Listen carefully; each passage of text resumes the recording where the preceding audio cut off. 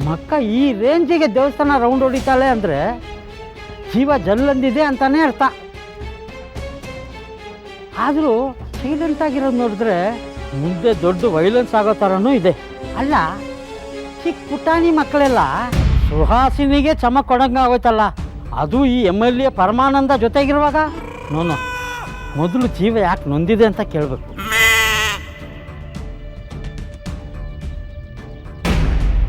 ಅಕ್ಕ, ಆರ್ತಿ ವಿಕ್ಕಿ ಮದುವೆ ಹತ್ರ ಬರ್ತಿದ್ರು, ನೀನು ಸೈಲೆಂಟಾಗಿರೋದು ನೋಡಿದ್ರೆ ಒಳಗಡೆ ಏನೋ ಸ್ಕೀಮ್ ಆಗ್ತಾರೆ ಅಂತ ಕಾಣಿಸ್ದೆ. ಜೀವನದಲ್ಲಿ ಫಸ್ಟ್ ಟೈಮ್ ಇರೋದನ್ನು ಇರೋ ಥರನೇ ಅರ್ಥ ಮಾಡ್ಕೊಂಡಿದ್ಯಾ.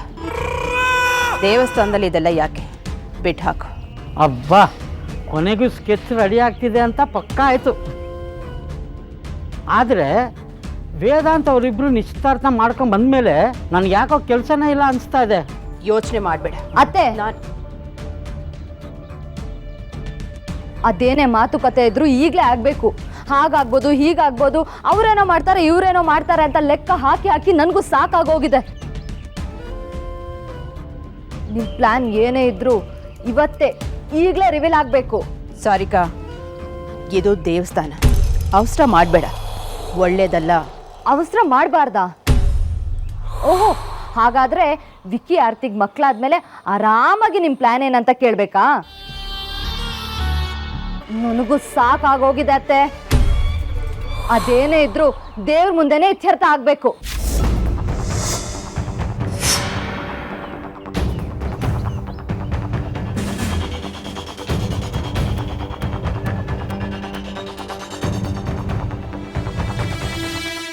ಇನ್ನು ಈ ಬಳೆಗಳು ಆ ಮನೆ ಹಿರಿ ಸೊಸೆಗೆ ಸೇರಬೇಕಾದ್ದು.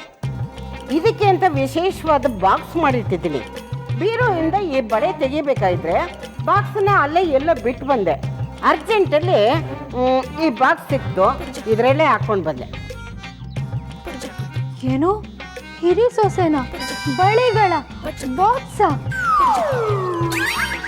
ಅದ್ಯಾಕೆ ಹಾಗೆ ಕಣ್ಬಿಟ್ಕೊಂಡು ನೋಡ್ತಿದ್ದೀಯಾ? ಚಿಂತೆ ಮಾಡಬೇಡ, ಎಲ್ಲ ಒಳ್ಳೇದೇ ಆಗತ್ತೆ. ನಮ್ಮ ಹುಡುಗನ ಹತೋಟಿಯಲ್ಲಿ ಇಡೋದಕ್ಕೆ ನಿನಗೆ ಮಾತ್ರ ಸಾಧ್ಯ ನೋಡು.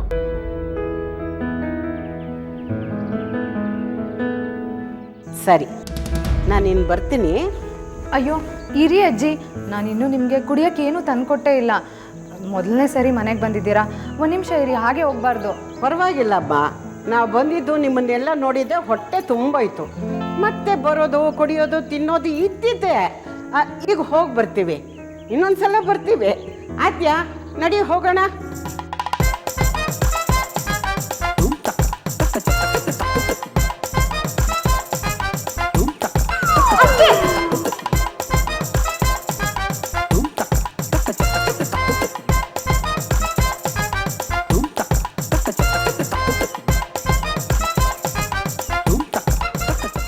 ನೀವಿಬ್ರು ಯಾಕೆ ನನ್ನ ಹಾಗೆ ನೋಡ್ತಿದ್ದೀರಾ?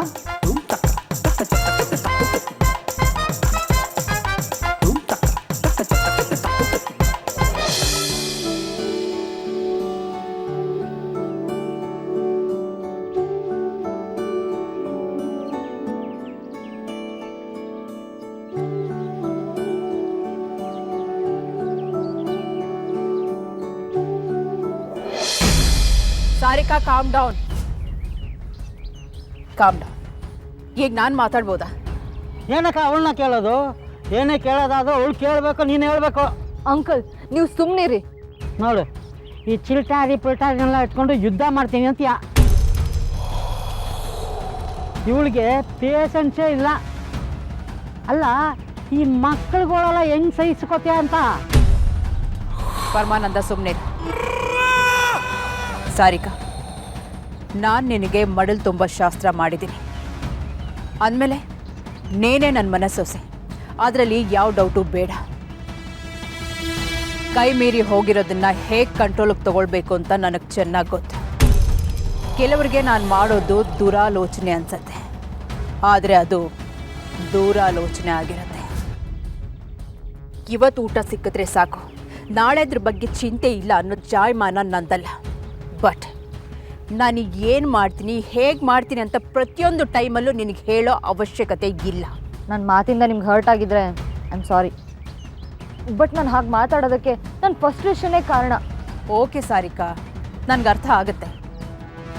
ಅವತ್ತು ನಾನು ಹೇಳ್ದಾಗೆ ನಮ್ಮಮ್ಮ ಮನೆಗೆ ಬರೋ ಹಾಗೆ ಮಾಡಿದ್ದೆ ನಾನು. ಮತ್ತೆ ಅದನ್ನೇ ಹೇಳ್ತಿದ್ದೀರಲ್ಲ ಅತ್ತೆ. ಅವ್ರು ಏನು ಮಾಡ್ತಾರೆ ಅಥವಾ ಅದರಿಂದ ನನಗೇನು ಲಾಭ? ಅದಕ್ಕೆ ಪೂರ್ವಾಪರ ಗೊತ್ತಿಲ್ಲದೆ ಮಾತಾಡಬಾರ್ದು ಅಂತ ಹೇಳೋದು.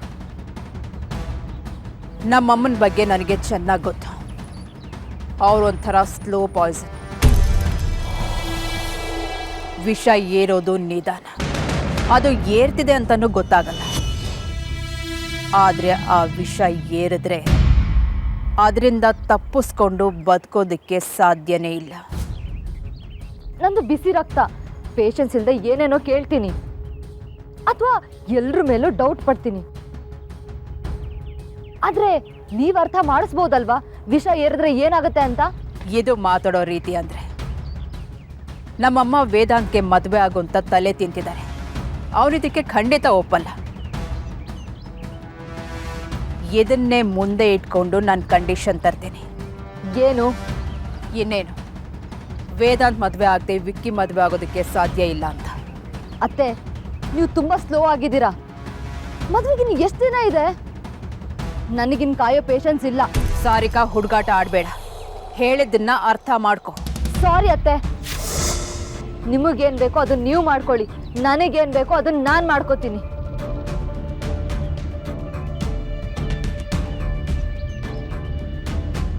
ಇದೇನಕ್ಕ ಕಡ್ಡಿ ತುಂಡು ಮಾಡ್ದಂಗೆ ಮಾತಾಡ್ಬಿಟ್ಲು. ನಿನ್ನ ಮಾತಿಗೆ ನೋ ಅಂತಾಳೆ. ಉರಿಯೋ ಬೆಂಕಿಗೆ ಪೆಟ್ರೋಲ್ ಸುರಿಬೇಡ. ಅವಳಿನ್ನೂ ಚೈಲ್ಡ್. ಕ್ರಿಮಿನಲ್ ಕೆಲಸ ಮಾಡ್ದೇನೆ ಕ್ರಿಮಿನಲ್ ಆಗೋದಕ್ಕೆ ಹೊರಟಿದ್ದಾಳೆ. ಅವಳೇ ಹೇಳಿದ್ಲಲ್ಲ ಬಿಸಿ ರಕ್ತ ಅಂತ. ಹೋಗ್ಲಿ, ವಾಪಸ್ ಬಂದೇ ಬರ್ತಾಳೆ.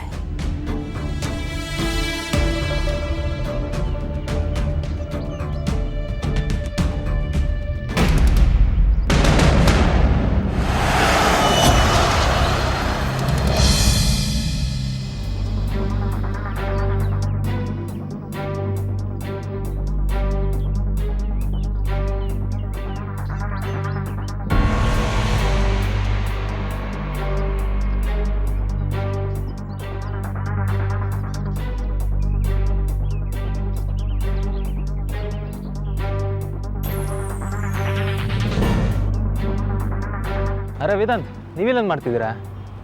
ಇನ್ನೇನು ಮಾಡೋದಕ್ಕಾಗುತ್ತೆ ಸಾರ್ಥಕ್. ನೀನು ನಿಮ್ಮ ಹೆಂಡತಿ ನನ್ನ ಕತೆಗೆ ಅಮೂಲ್ಯನ ತಳಕ್ಕೆ ಹಾಕಿದ್ರಲ್ಲ, ಅದನ್ನು ಫಿಕ್ಸ್ ಮಾಡೋಣ ಅಂತ ಬಂದಿದ್ದೀನಿ. ಫಿಕ್ಸ್ ಮಾಡೋಕ್ಕೆ ಅಂದರೆ? ಕಮಾನ್ ಸಾರ್ಥಕ್, ಅಮೂಲ್ಯ ಹತ್ರ ಮಾತಾಡೋದಕ್ಕೆ ಬಂದಿದ್ದೀನಿ ಅಷ್ಟೇ. ಒಳ್ಳೆ ತಮಾಷೆ ನೋಡಿ.